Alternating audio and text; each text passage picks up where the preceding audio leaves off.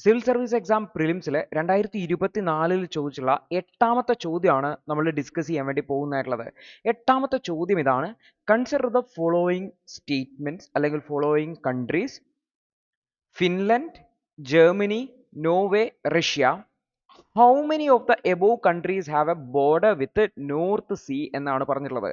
അപ്പോൾ ഇത്തരത്തിൽ ഈ ഒരു ഏതെങ്കിലും ഒരു വാട്ടർ ബോഡി തന്നിട്ട് പ്രധാനപ്പെട്ട ഏതെങ്കിലും സീസ്, പ്രത്യേകിച്ച് ഇപ്പോൾ കാസ്പിയൻ സീ ആവാം, അല്ലെങ്കിൽ ബ്ലാക്ക് സീ ആവാം, അല്ലെങ്കിൽ നോർത്ത് സീ ആവാം, അല്ലെങ്കിൽ ബാൾട്ടിക് സീ ആവാം, അല്ലെങ്കിൽ മറ്റേതെങ്കിലും ഒരു സീ തന്നിട്ട് അതിൽ നിന്ന് ചോദ്യങ്ങൾ ചോദിക്കുന്ന രീതി UPSC അത് ആദ്യമായിട്ടല്ല, ഒരുപാട് പ്രാവശ്യം ചോദിച്ചിട്ടുണ്ട്. അപ്പോൾ ഇവിടെ നോർത്ത് സീ ആണ് ചോദിച്ചിട്ടുള്ളത്. ഇത്തരത്തിലുള്ള ചോദ്യങ്ങൾ UPSC യിൽ വളരെ കോമൺ ആയിട്ട് ഉണ്ടാവാറുമുണ്ട്.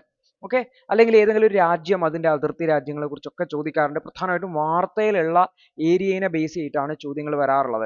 അപ്പോൾ ഇവിടെ നോർത്ത് സീ ആണ് ചോദിച്ചിട്ടുള്ളത്. അപ്പോൾ ഈ ഒരു ടോപ്പിക്ക് മനസ്സിലാവുമ്പോൾ നിങ്ങൾക്ക് നോളജ് ബേസ്ഡ് ആയിട്ട് ഇതിനെ അറ്റൻഡ് ചെയ്യണമെങ്കിൽ നോർത്ത് സീ, അതിൻ്റെ അയൽ രാജ്യങ്ങളെ കുറിച്ച് നിങ്ങൾക്ക് ഐഡിയ വേണം. അപ്പോൾ നോർത്ത് സീ ഏതാണ്, അതിൻ്റെ അയൽ രാജ്യങ്ങൾ ഏതൊക്കെയാണെന്ന് നിങ്ങൾക്ക് അറിയാമെങ്കിൽ നിങ്ങൾക്ക് വളരെ എളുപ്പത്തിൽ ഈ ഒരു ആൻസർ മാർക്ക് ചെയ്യാൻ വേണ്ടി പറ്റും. ഓക്കെ, അതിലൊന്നുമില്ല, നിങ്ങൾ ആകെ ശ്രദ്ധിച്ചാൽ മതി ഏതൊക്കെയാണ് ബോർഡർ ഫോളോ ചെയ്യുന്നത് എന്നുള്ളതാണ്. അപ്പോൾ ഏതൊക്കെ കൺട്രീസ് ആണെന്ന് കണ്ടുപിടിക്കുക, ആ പേര് കറക്റ്റ് ആയിട്ട് മാർക്ക് ചെയ്യുക എന്നുള്ളതാണ്.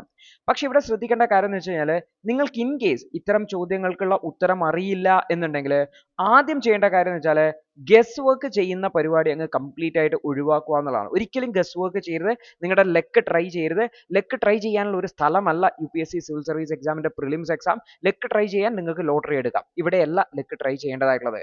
ഓക്കെ, നിങ്ങൾ ഒന്നിക്കൽ നിങ്ങളുടെ നോളജ് യൂസ് ചെയ്യുക, അല്ലെങ്കിൽ നിങ്ങളുടെ ലോജിക് യൂസ് ചെയ്യുക, അല്ലെങ്കിൽ കോമൺ സെൻസ് യൂസ് ചെയ്യുക എന്നുള്ളതാണ്. അപ്പോൾ ഈ കോമൺ സെൻസ് എന്ന് പറഞ്ഞാൽ നമ്മുടെ ഒരു സാമാന്യ ബോധമാണ്. നമുക്ക് കുറച്ചെന്തെങ്കിലും അറിയെങ്കിൽ മാത്രമേ, അല്ലെങ്കിൽ നമുക്ക് അതിനെക്കുറിച്ച് ചിന്തിക്കാനൊക്കെ പറ്റുന്നുണ്ടെങ്കിൽ മാത്രമേ നമുക്ക് ഈ ഒരു ഉത്തരത്തിലേക്ക് എത്താൻ വേണ്ടി പറ്റുള്ളൂ എന്നുള്ളതാണ്. അപ്പോൾ ഇവിടെ നോക്കിക്കഴിഞ്ഞാൽ ഇവിടെ നമുക്ക് അത്യാവശ്യം ലൊക്കേഷൻസിനെ കുറിച്ച് ഒരു ഐഡിയ ഉണ്ടെങ്കിൽ നിങ്ങൾക്ക് മനസ്സിലാക്കാൻ വേണ്ടിയിട്ട് പറ്റും. ഇവിടെ ഈ ഒരു ലൊക്കേഷൻ ഓഫ് ദ സീ എന്ന് പറയുന്നത് പ്രധാനമായിട്ടും ഈ ഒരു റഷ്യയുടെ ലൊക്കേഷനും ജർമ്മനിയുടെ ലൊക്കേഷനും അത്ര അടുത്തല്ല, അല്ലെങ്കിൽ റഷ്യയും ജർമ്മനിയൊന്നും അത്ര അടുത്തുള്ള രണ്ട് രാജ്യങ്ങളല്ല. കാരണം യൂറോപ്പിന്റെ ഒരു എൻഡിലാണ് ജർമ്മനി വരുന്നതെങ്കിൽ മറ്റൊരു എൻഡിലാണ് റഷ്യ വരുന്നതായിട്ടുള്ളത്. അതേപോലെ തന്നെ നോർത്ത് സീ എന്ന് പറയുന്നതായിട്ടുള്ളത് നമ്മുടെ നോർത്ത് പോളിലൊക്കെ ഏകദേശം അടുത്തായിട്ടുള്ള ഒരു ഏരിയ ആണ്. സോ റഷ്യയുടെ സൈബീരിയ എന്ന് പറഞ്ഞ പോർഷന്റെ സൈഡ് അല്ല വരുന്നത് എന്നുള്ള ഒരു ഐഡിയ ഒക്കെ നിങ്ങൾക്ക് കിട്ടണം. അപ്പോൾ ഇതിൽ 2 or 4 എന്ന് വരുമ്പോൾ ഇതിൽ റഷ്യ അല്ലെങ്കിൽ വരാൻ സാധ്യതയില്ല എന്നുള്ളൊരു കൺസെപ്റ്റിലേക്ക് നിങ്ങൾക്ക് വരാൻ പറ്റുന്നുണ്ടെങ്കിൽ, മറ്റൊരു കാര്യം ഓർത്ത് വെക്കേണ്ടത് വെച്ചാൽ ഫിൻലൻഡ് എന്ന് പറയുന്ന രാജ്യത്തിന്റെ ലൊക്കേഷനെ കുറിച്ചിട്ട്, പ്രത്യേകിച്ച് ബാൾട്ടിക് കൺട്രീസിനെ കുറിച്ചിട്ട് നിങ്ങൾക്ക് ഒരു ഐഡിയ വേണം. അതായത് സ്വീഡൻ, നോർവേ, ഫിൻലൻഡ് തുടങ്ങിയിട്ടുള്ള രാജ്യങ്ങളെ കുറിച്ച് ഒരു ഐഡിയ ഉണ്ടെങ്കിൽ നിങ്ങൾക്ക് ബാൾട്ടിക് കൺട്രീസിന്റെ പൊസിഷനെ കുറിച്ചിട്ട് ഏകദേശം ഒരു ഐഡിയ കിട്ടേണ്ടതാണ്. അപ്പോൾ ആ ഒരു ജിയോഗ്രഫിക്കൽ ആയിട്ടുള്ള ഒരു ബേസിക് ഐഡിയ ഉണ്ടെങ്കിൽ നിങ്ങൾക്ക് ചെറുങ്ങനെ ഉത്തരത്തിലേക്ക് ഒന്ന് എത്താൻ മാത്രമേ ഉള്ളൂ. പക്ഷെ എപ്പോഴും ശ്രദ്ധിക്കേണ്ട കാര്യം, നമുക്ക് ഇവിടുന്ന് റഷ്യനെ ഒഴിവാക്കിയാൽ തന്നെ all 4 എലിമിനേറ്റ് ചെയ്യാമെന്ന് മാത്രമേ ഉള്ളൂ. പിന്നെ ഏതൊക്കെയാണ് എന്നുള്ളതിനെ കുറിച്ച് നമുക്ക് കൃത്യമായിട്ട് ഐഡിയ കിട്ടണമെന്നില്ല. ബട്ട് ഒരിക്കലും ശ്രദ്ധിക്കേണ്ട കാര്യം എന്ന് വെച്ചാൽ നമ്മളൊരു ലോജിക്കൽ സപ്പോർട്ടോ മറ്റോ ഒന്നും ഇല്ലാതെ ആൻസർ അറ്റൻഡ് ചെയ്യരുത്. ഇൻ കേസ് നിങ്ങൾക്ക് ഒരു ലോജിക്കൽ അപ്രോച്ച് വരുന്നില്ലെങ്കിൽ ജസ്റ്റ് ലീവ് ദ ക്വസ്റ്റ്യൻ എന്നുള്ളതാണ്. അല്ലാതെ നമ്മൾ ലെക്ക് ട്രൈ ചെയ്യാൻ വേണ്ടി ശ്രമിക്കരുത് എന്നുള്ളതാണ്. അപ്പോൾ ഇതിൽ ഒന്നുകിൽ നോർത്ത് സീയുടെ എക്സാക്ട് ലൊക്കേഷൻ അറിയണം, അല്ലെങ്കിൽ ഈ ഒരു ജിയോഗ്രഫിയെ കുറിച്ച് ഒരു ബേസിക് ഓവർവ്യൂ നിങ്ങളുടെ മനസ്സിൽ ഉണ്ടാവേണ്ടതായിട്ട്. ബാൾട്ടിക് സീയുടെ ലൊക്കേഷൻ, നോർത്ത് സീയുടെ ലൊക്കേഷൻ, എക്സാക്ട് കൺട്രീസ് അറിയില്ലെങ്കിൽ പോലും ഉണ്ടെങ്കിൽ നിങ്ങൾക്ക് അത്യാവശ്യം ഒരു ഉത്തരത്തിലേക്ക് എത്താൻ വേണ്ടി പറ്റും എന്നുള്ളതാണ്. അപ്പോൾ ഇവിടെ നമുക്ക് നോർത്ത് സീയുടെ ലൊക്കേഷൻ നോക്കാം. അപ്പോൾ ഇതാണ് നോർത്ത് സീ എന്ന് പറയുന്നതായിട്ടുള്ളത്. അപ്പൊ നോർത്ത് സീയുടെ ലൊക്കേഷൻ എന്ന് പറഞ്ഞാൽ UK-ക്കും നമുക്കൊരു UK കാണാൻ പറ്റും.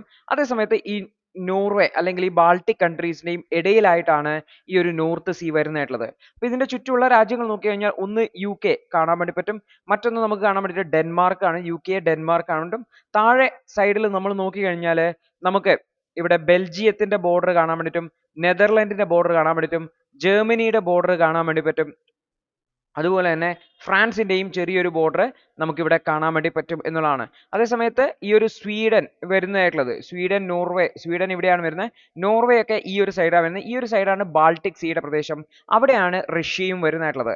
ഇതിനും നോർത്ത് സീയുടെ ഒരു ഐഡിയയിൽ നിന്നും നമുക്ക് ഇതിൽ നോക്കി കഴിഞ്ഞാൽ ഇതിൽ ഏതൊക്കെ വരുന്നില്ല, റഷ്യ വരുന്നില്ല, അതുപോലെ തന്നെ ഫിൻലൻഡ് വരുന്നില്ല, ജർമ്മനിയും നോർവേ നമുക്ക് കാണാൻ പറ്റും. നോർവേ ഇവിടെ വരുന്നുണ്ട്, അതുപോലെ തന്നെ ജർമ്മനി ഇവിടെ വരുന്നുണ്ട്. സോ ആൻസർ 2 രാജ്യങ്ങൾ മാത്രമാണ്, ജർമ്മനി നോർവേ മാത്രമാണ്. സോ ഓൺലി 2 ആണ് ശരിയായിട്ടുള്ള ഉത്തരമായിട്ടുള്ളത്. പക്ഷെ ഇത് നമ്മുടെ നോളജ് ബേസ്ഡ് ആയിട്ടാണ് ഇപ്പോൾ അഡ്രസ് ചെയ്തിട്ടുള്ളത്. കാരണം ഇത് വളരെ ബേസിക് ആയിട്ടുള്ള ഒരു കാര്യമാണ്. നിങ്ങളുടെ നോളജ്, നിങ്ങൾ ജിയോഗ്രഫി പഠിച്ചിട്ടുള്ള ഒരാളാണെങ്കിൽ പ്രധാനപ്പെട്ട സീസും അതിന്റെ അതിർത്തി രാജ്യങ്ങളെയും കുറിച്ച് നിങ്ങൾക്ക് ഐഡിയ ഉണ്ടാവേണ്ടതായിട്ടുണ്ട്. കാരണം നമ്മൾ മാപ്പ് സ്റ്റഡി എന്ന് പറയുന്നത് ജിയോഗ്രഫിയിൽ വളരെ ഇമ്പോർട്ടൻ്റ് ആണ്. അപ്പോൾ ലേണേഴ്സിന്റെ ജിയോഗ്രഫി ക്ലാസ്സിൽ ഇത് വളരെ ഡീറ്റെയിൽ ആയിട്ട് എടുത്തിട്ടുണ്ട്. ലോകത്തുള്ള വിവിധ കോണ്ടിനെന്റ്സ്, വിവിധ ഓഷ്യൻസ്, ഏഷ്യയിലെ പ്രധാനപ്പെട്ട റീജിയൻസ്, യൂറോപ്പിലെ പ്രധാനപ്പെട്ട റീജിയൻസ്, ആഫ്രിക്കയിലെ പ്രധാനപ്പെട്ട റീജിയൻസ് ഒക്കെ എടുത്തിട്ടുണ്ട്. അപ്പോൾ അതിൽ നമ്മൾ നോർത്ത് സീനെ കുറിച്ച് പഠിക്കുന്നുണ്ട്. ആ ഒരു ഭാഗമാണ് ഇവിടെ കാണിച്ചിരിക്കുന്നത്. അപ്പോൾ നോർത്ത് സീ, അതിന്റെ ബോർഡറിംഗ് കൺട്രീസ് തുടങ്ങിയിട്ടുള്ള കാര്യങ്ങൾ, അതിന്റെ ജിയോഗ്രഫിക്കൽ ലൊക്കേഷൻ ഒക്കെ നമ്മൾ ഡീറ്റെയിൽ ആയിട്ട് ജിയോഗ്രഫിയിൽ പഠിക്കുന്നുണ്ട്. വളരെ ബേസിക് ആയിട്ടുള്ളതാണ്. നിങ്ങൾക്ക് NCERT-യിൽ എക്സാക്ട്ലി കാണില്ലെങ്കിലും മാപ്പ് സ്റ്റഡി എന്ന് പറയുന്നത് അല്ലെങ്കിൽ ഭൂമിയിലെ പ്രധാനപ്പെട്ട ജിയോഗ്രഫിക്കൽ ലൊക്കേഷനെ കുറിച്ചുള്ള ഐഡിയ, സമുദ്രങ്ങളെ കുറിച്ച്, ഓപ്പൺ സീസിനെ കുറിച്ചിട്ട് ഒക്കെയുള്ള ഐഡിയ വളരെ ഇമ്പോർട്ടൻ്റ് ആണ്. ജിയോഗ്രഫിയിൽ മാപ്പ് സ്റ്റഡി വളരെ ക്രിട്ടിക്കൽ ആണെന്ന് ഓർത്ത് വെക്കുക. അപ്പോൾ ഈ ഒരു മാപ്പ് സ്റ്റഡി എന്ന് പറയുന്നത് പ്രധാനമായിട്ട് UPSC ചോദിക്കുക കറണ്ട് അഫയേഴ്സ് ലിങ്ക്ഡ് ആയിട്ടാണ് എന്ന് കൂടി ഓർത്ത് വെക്കുക. അപ്പൊ നോർത്ത് സീ വാർത്തയിൽ ഉണ്ടായിരുന്നു എന്ന് ചോദിച്ചു കഴിഞ്ഞാൽ നോർത്ത് സീ വാർത്തയിൽ ഉണ്ടായിരുന്നു എന്നുള്ളതാണ്. ആക്ച്വലി ഇത് ആഗസ്റ്റ് 22, 2020 മുതൽ ഹിന്ദു ന്യൂസ് അനാലിസിസിന്റെ ഒരു സ്ക്രീൻഷോട്ട് ആണ് നിങ്ങൾക്ക് കാണാൻ വേണ്ടി പറ്റുക. ഈ ന്യൂസ് അനാലിസിസിൽ നിങ്ങൾക്ക് കാണാൻ വേണ്ടി പറ്റും 22 ആഗസ്റ്റ് 2023 ഈ ഒരു ന്യൂസ് അനാലിസിസിൽ what are the concerns about drilling in the North Sea എന്ന് പറഞ്ഞിട്ട് ഒരു വാർത്ത വന്നിട്ടുണ്ട്. അൾട്ടിമേറ്റ്ലി ഇത്തരത്തിലുള്ള വാർത്തകൾ വരുമ്പോൾ, ഞാൻ കഴിഞ്ഞ ക്വസ്റ്റ്യനിലും കൂടെ ഡിസ്കസ് ചെയ്ത പോലെ തന്നെ ഇത്തരത്തിലുള്ള ഒരു വാർത്ത വരുമ്പോൾ നമ്മൾ വളരെയധികം ശ്രദ്ധിക്കേണ്ടതായിട്ടുണ്ട്. നോർത്ത് സീ എന്ന് പറയുന്ന വാർത്തയിൽ വരുമ്പോൾ അതിന്റെ ജിയോഗ്രഫിക്കൽ ലൊക്കേഷൻ വളരെ ഇമ്പോർട്ടൻ്റ് ആയിട്ടുള്ളതാണ്. ഈ ഒരു അനാലിസിസിൽ തന്നെ നോർത്ത് സീയുടെ ലൊക്കേഷനെ കുറിച്ചിട്ട് അത് ഗ്രേറ്റ് ബ്രിട്ടനും ഡെൻമാർക്കിനും നോർവേക്കും ജർമ്മനിക്കും നെതർലൻഡ്സിനും ബെൽജിയത്തിനും ഫ്രാൻസിനും ഒക്കെ ഇടയിലാണെന്ന് വളരെ കൃത്യമായിട്ട് പറഞ്ഞിട്ടുണ്ട്. അതുപോലെ തന്നെ അതിന്റെ ആ ഒരു ജിയോഗ്രഫിക്കൽ ലൊക്കേഷനും അതിന്റെ മറ്റു ഫീച്ചേഴ്സും ഒക്കെ ഡീറ്റെയിൽ ആയിട്ട് കവർ ചെയ്തിട്ടുണ്ട്. അപ്പോൾ എപ്പോഴും ശ്രദ്ധിക്കുക, കറണ്ട് അഫയേഴ്സിൽ ഒരു ടോപ്പിക് വരുന്നുണ്ട്, അത് ജിയോഗ്രഫിയായിട്ട്, പൊളിറ്റിയുമായിട്ട്, എക്കണോമി ആയിട്ടൊക്കെ റിലേറ്റഡ് ആണെങ്കിൽ ആ സ്റ്റാറ്റിക് പോർഷൻ വളരെ വളരെ ഇമ്പോർട്ടൻ്റ് ആയിട്ട് മാറും. ആ ഒരു ഭാഗത്ത് ചോദ്യം വരാൻ വളരെയധികം സാധ്യതയുണ്ടെന്നാണ്. അങ്ങനെയാണ് UPSC ഈ ഒരു സ്റ്റാറ്റിക് പോർഷനെയും കറണ്ട് അഫയേഴ്സിനെയും തമ്മിൽ ലിങ്ക് ചെയ്തിട്ട് ചോദ്യങ്ങൾ ചോദിക്കുന്നതായിട്ടുള്ളത്. അപ്പോൾ ഈ ഒരു കറണ്ട് അഫയേഴ്സ് വളരെ വളരെ ഇമ്പോർട്ടൻ്റ് ആണെന്നുള്ള കാര്യം നിങ്ങൾ ഇവിടെ മനസ്സിലാക്കാൻ വേണ്ടി ശ്രമിക്കുക. അപ്പോൾ കറണ്ട് അഫയേഴ്സ് വളരെ വളരെ ഇമ്പോർട്ടൻ്റ് ആണെന്ന് പറയുമ്പോൾ ദിവസവും ഹിന്ദു ന്യൂസ് പേപ്പർ വായിക്കാൻ വേണ്ടി ശ്രമിക്കുക, അതിലെ കണ്ടന്റുകൾ മനസ്സിലാക്കാൻ വേണ്ടി ശ്രമിക്കുക എന്നുള്ളതാണ്. അതിനെ നിങ്ങളെ ഹെൽപ്പ് ചെയ്യാൻ ലേണേഴ്സിന്റെ കറണ്ട് അഫയേഴ്സ് അനാലിസിസ് സഹായിക്കും. ലേണേഴ്സിന്റെ ഹിന്ദു ബേസ്ഡ് ആയിട്ടുള്ള ഡെയിലി കറണ്ട് അഫയേഴ്സ് അനാലിസിസ് നിങ്ങൾക്ക് യൂട്യൂബ് മെമ്പർ കമ്മ്യൂണിറ്റിയിൽ ജോയിൻ ചെയ്തിട്ട് പാർട്ടാവാവുന്നതാണ്, കാണാവുന്നതാണ്. ദിവസവും അരമണിക്കൂർ മുതൽ 45 മിനിറ്റ് വരെയാണ് ഡ്യൂറേഷൻ ഉണ്ടാവുക. എല്ലാ ദിവസവും അവൈലബിൾ ആണ്, ഡീറ്റെയിൽ ആയിട്ട് മലയാളത്തിൽ അവൈലബിൾ ആണ് ഓർത്ത് വെക്കേണ്ടതായിട്ട്. ഇൻ കേസ് നിങ്ങൾക്ക് അതിന്റെ PDF നോട്ടുകളും അതുപോലെ തന്നെ ക്വസ്റ്റ്യൻസും ഒക്കെ പ്രാക്ടീസ് ചെയ്യണമെന്നുണ്ടെങ്കിൽ ലേണേഴ്സ് ആപ്പിൽ സെയിം റേറ്റിന് 159 രൂപയ്ക്ക് കറണ്ട് അഫയേഴ്സ് കോഴ്സിന് ജോയിൻ ചെയ്യാവുന്നതാണ്. ക്ലാസ്സും നോട്ടും PDF-ഉം എല്ലാമായിട്ട് നിങ്ങൾക്ക് ലഭിക്കുന്നതാണെന്നാണ്. അപ്പോൾ കറണ്ട് അഫയേഴ്സ് ഭയങ്കര ഇമ്പോർട്ടൻ്റ് ആണ്, അത് വളരെ ഇമ്പോർട്ടൻ്റ് ആണ്. അത് കൃത്യമായിട്ട് ഫോളോ ചെയ്യാൻ വേണ്ടി ശ്രമിക്കുക if you are seriously preparing for civil service exam എന്നുള്ളതാണ്. അതേപോലെ തന്നെ ബേസിക്സ് വളരെ ഇമ്പോർട്ടൻ്റ് ആണ്. അപ്പോൾ ലേണേഴ്സിന്റെ ജിയോഗ്രഫി കോഴ്സിലോ അല്ലെങ്കിൽ മറ്റ് ക്ലാസ്സുകളിലോ എൻറോൾ ചെയ്യാൻ താല്പര്യമുണ്ടെങ്കിൽ അല്ലെങ്കിൽ അതിനെക്കുറിച്ച് കൂടുതൽ അറിയാൻ താല്പര്യമുണ്ടെങ്കിൽ ലേണേഴ്സിനെ കോൺടാക്ട് ചെയ്യാവുന്നതാണ്. അപ്പോൾ കൃത്യമായിട്ടുള്ള ഡീറ്റെയിൽസ് നിങ്ങൾക്ക് കിട്ടും. അതിൽ നിന്നും നിങ്ങൾക്ക് കൃത്യമായിട്ട് സബ്ജക്റ്റിനെ കൺസെപ്റ്റോടുകൂടി ഡീറ്റെയിൽ ആയിട്ട് മനസ്സിലാക്കി പഠിക്കാൻ വേണ്ടി പറ്റും എന്നുള്ളതാണ്. അപ്പോൾ നമുക്ക് അടുത്ത ദിവസം അടുത്തൊരു വീഡിയോയിൽ കാണാം. അതുവരെ good bye, all the best.